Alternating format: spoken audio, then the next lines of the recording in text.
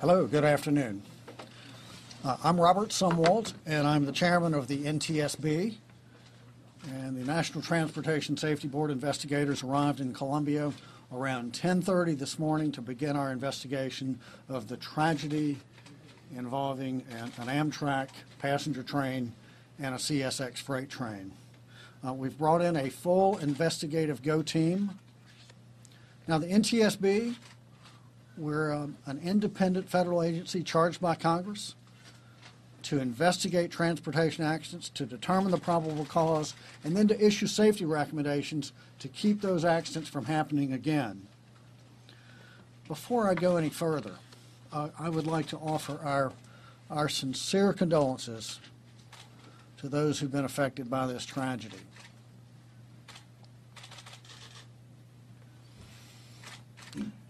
I've got with us today Mr. Jim Southworth and Mr. Mike Hiller. They are part of the investigative team.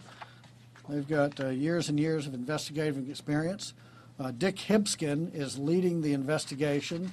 He's got over 30 years of rail experience, including over 20 years with the NTSB. He'll be with us tomorrow, but of course he's occupied today. Dick will be leading a multidisciplinary investigative team of experts. Our team will be looking at the operations of both trains. We'll be looking at the crew training and employment records. We'll be looking at company procedures. They'll be looking at they'll be examining the medical condition, or excuse me, the mechanical condition of each train. In addition, we'll be looking at the survival factors and the crashworthiness aspects of this collision. We have our chief medical officer here from Washington who will be looking at the medical factors, including making sure that the DOT required drug and alcohol testing is completed properly. That's standard for any commercial transportation accident. It's required. We'll be looking at the work rest periods of the crews of each train, as well as the cell phone records of the operators of each train, and that's standard for any transportation accident that we look at. We have a signal specialist that will be looking at the signals that govern train operations, those wayside signals that red lights, green lights, yellow lights, whatever they happen to be. We'll be looking at the signal systems. Each of those signals have an event recorder that records data, so we can download and see what those signals were saying. We'll also be looking at the rail switches, and I'll talk about rail switches in just a moment. As far as recorders, there are really two types of recorders that we are interested in. There's the traditional black box, if you will, which is the event data recorder, and there are video recordings. Now, most train operators these days have at least forward-facing video cameras so they can look out and see what is ahead of the train in case there's a grade crossing collision or something. So we have, and some operators on some of Amtrak trains, they even have inward-facing video cameras. The forward-facing video camera from the forward-facing video from the Amtrak train, that recorder has already been recovered, and it was shipped back to Washington on the same government jet that brought our GO team in here. So our team in Washington in our recorders lab is pouring through that and be looking at that tonight. And tomorrow, when we have a press briefing, a media briefing, I think we will be able to update you on what we're finding from that. Oftentimes it has the speed printed out, superimposed on the video.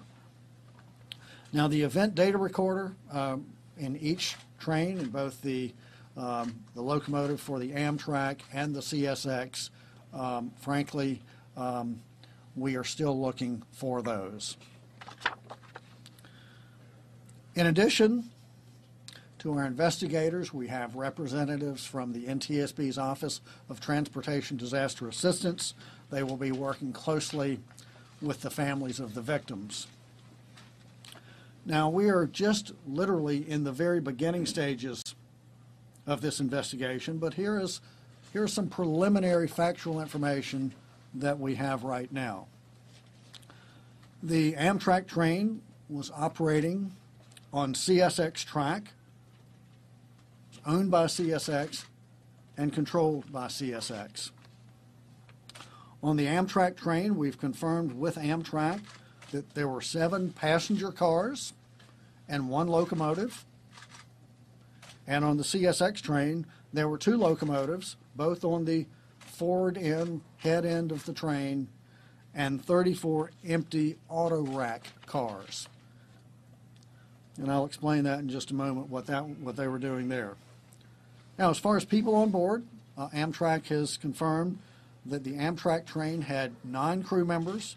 That would include an engineer, conductors, and we're still going to get a final count on how many conductors. Oftentimes there's a conductor and then 1 or 2 assistant conductors, and then there were some service employees as well that might work in the club car. And there were 136 passengers. Now, let me explain this right here.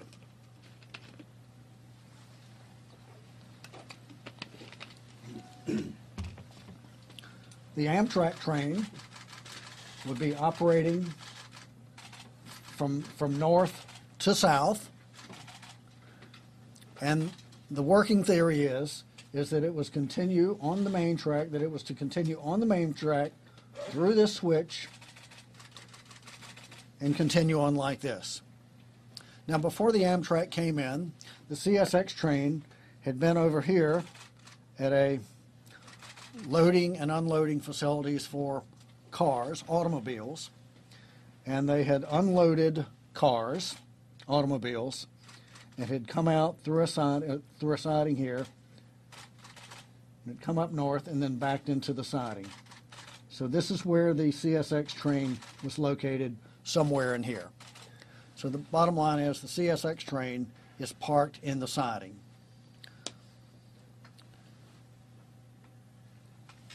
For whatever reason, the switch, and when I talk about a switch, I'm talking about a rail switch that can actually switch how the track goes from here to here. For whatever reason, that switch was, as they say in the railroad industry, lined and locked, which basically means it was aligned for the trains coming down this way to be diverted into the siding. Of course, key to this investigation is learning why that switch was lined that way. Because the expectation, of course, is that the Amtrak would be cleared and would be operating straight down like this. Now, I've gone out with our team. First thing we did when we got here this morning was to go out and survey, and I say survey, I mean take a very careful look at the wreckage, and I can tell you there's catastrophic damage to each of the locomotives. In fact, I would say that the Amtrak locomotive would be not recognizable at all.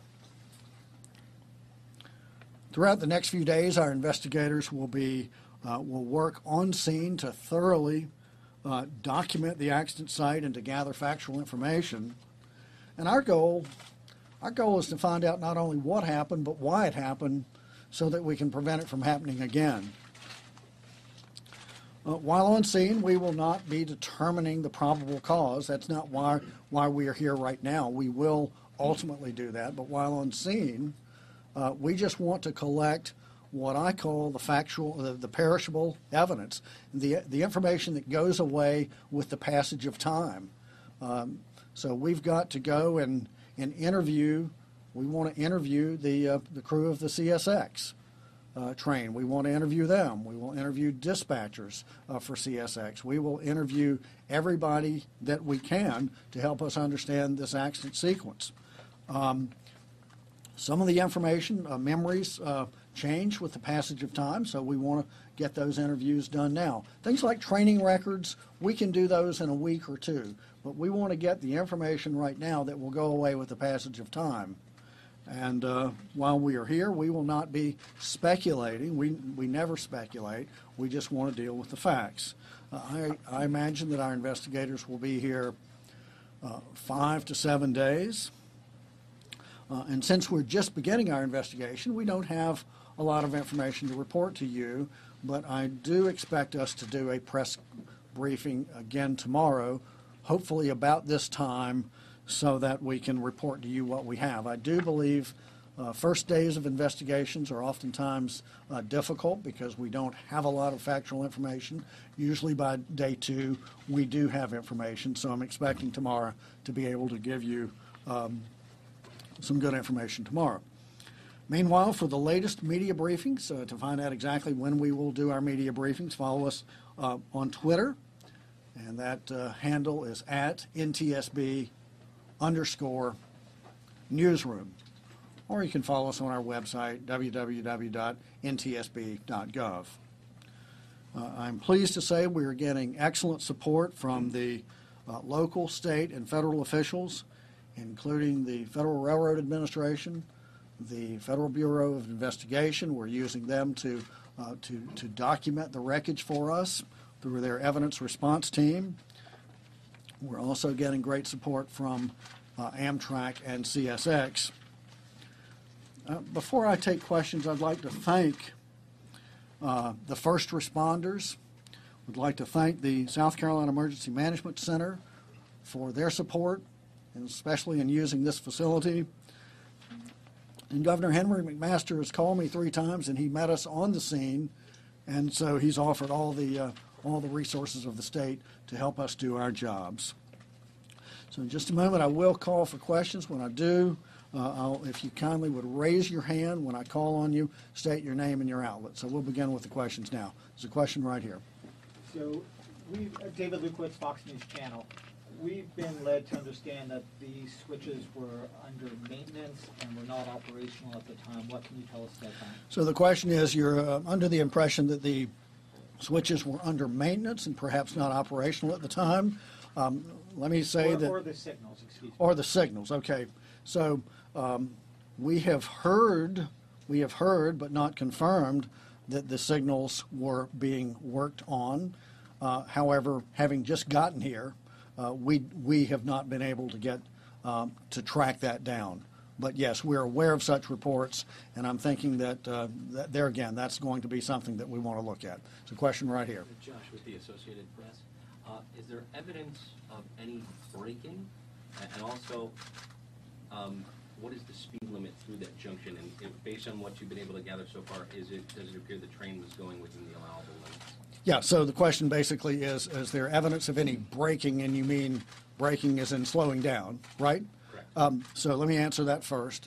We have not been able to even find the event recorder at this time, the event data recorder for either train. However, we do believe that when we see the video, oftentimes, as I mentioned, like if you see these dash cams from police videos, they will have things, numbers and coordinates and all, and speeds. So oftentimes the speed will be on there, so that should help us with that. Now, the second part of your question was, is there any evidence of Braking? Okay, so we do not know until we get the event recorders if the Amtrak train applied brakes. We do not know that. What is the speed through here for passenger trains coming down here? 59 miles per hour. Again, we don't have the information to know actually what the speed of the Amtrak was. We've seen figures out there, but before we release that information, we want to see it ourselves. So, sorry, quick follow-up. Yep. So, 59 straight south. So if the train took onto the side rail, that would be too fast for that split. Yes, that would definitely be. So if it did if it did go through the switch, going that way like it did, would that be too fast for it? And definitely that would be too fast for that switch. But even more serious is there's a standing train right here. Okay, so there's a question right here. Caleb Bennett with the local CBS affiliate. I do know that there is positive train control that has been being discussed. I guess kind of, especially with everything that happened in Graniteville a few years ago, I guess kind of why hasn't this been in place in any of these Amtrak cars? Because couldn't that have saved these lives and maybe stopped this from happening? So what's the status of positive train control? A lot of talk about PTC lately. PTC has been mandated to be installed over a lot of the nation's railroad. The deadline for that is the end of this year, December the 31st of this year. And so determining the exact status of the installation of PTC will be something that will be very important for us to find out. But to be clear, PTC is designed, an operational PTC system is designed to prevent this type of accident. Behind you. Tristan Smith with CNN. Is there any indication, any preliminary information at this point that the rail switch had a mechanical issue in any way? Is there any evidence at all that the rail switch had any sort of mechanical problem with it? We were able to see that it was actually literally locked with a padlock to make it lined to go into the siding. So that's what we've seen from that. There's a question right here. Jamie Lovegrove, Post and Courier. Could you explain what the relationship is between the switch and the signal? If the signal was under scheduled maintenance, as we've heard, would the switch normally still just continue to operate the way it normally would? How would the conductors interact with that? And what do you think happened in this situation? So what's the relationship between the switch and the signal? And we're exploring that. There are different arrangements. Sometimes there's a signal that will actually signal if the switch is lined for the siding. There's other types that he would get a green aspect, a green signal to say that you're cleared and authorized to continue straight down through here. So all of that it will be part of our investigation. There's no easy answer for that. So we have a signal specialist, and that's why, frankly, our investigations take a while, because we want to make sure that we're getting the facts. Let's take two more questions, please. Thank you. Question right here. I'm Sammy Fretwell with the State Newspaper. My question is, explain the difference between a signal and positive train control, and then also tell me if you think that positive train controls could have avoided this accident. So could positive train control have avoided this accident? And a fully operational positive train control system could have avoided this accident. That's what it's designed to do. And Sammy, the first part of your question was? What's the difference between that and signals? What's the difference between a signal and positive train control? The positive train control is what they called an overlay system, that it looks at the signals, and if you have a green signal, the positive train control system will allow you to go. If you have a red signal, of course meaning stop, and you try to go blasting through that signal, it will actually it will enforce that signal. It will not allow you to go through the signal. So I'll take one more question. Back here in the back. John Jeter, New York Times. You said there was a padlock on that switch? Yes, there was a padlock on that switch, and that's what they do when they mechanically, when this train would have backed into this siding, the conductor will get out and lock it in that particular position. Was it supposed to be padlocked? Yes. So was it supposed to be padlocked? They are supposed to, when they manually throw a switch, they're supposed to lock it. So that's why we say it was lined and locked. So we will be. Again, we're just getting here. We've got a lot of information that we need to find. Our commitment to you is we will let you know as we're finding information. I expect to be able to give another press briefing tomorrow, and hopefully we will have a lot more information for you. Thank you So nothing very today? much. No press conference? Nothing Thursday? else today. Okay. Thank you. Thank you. Thank you very much.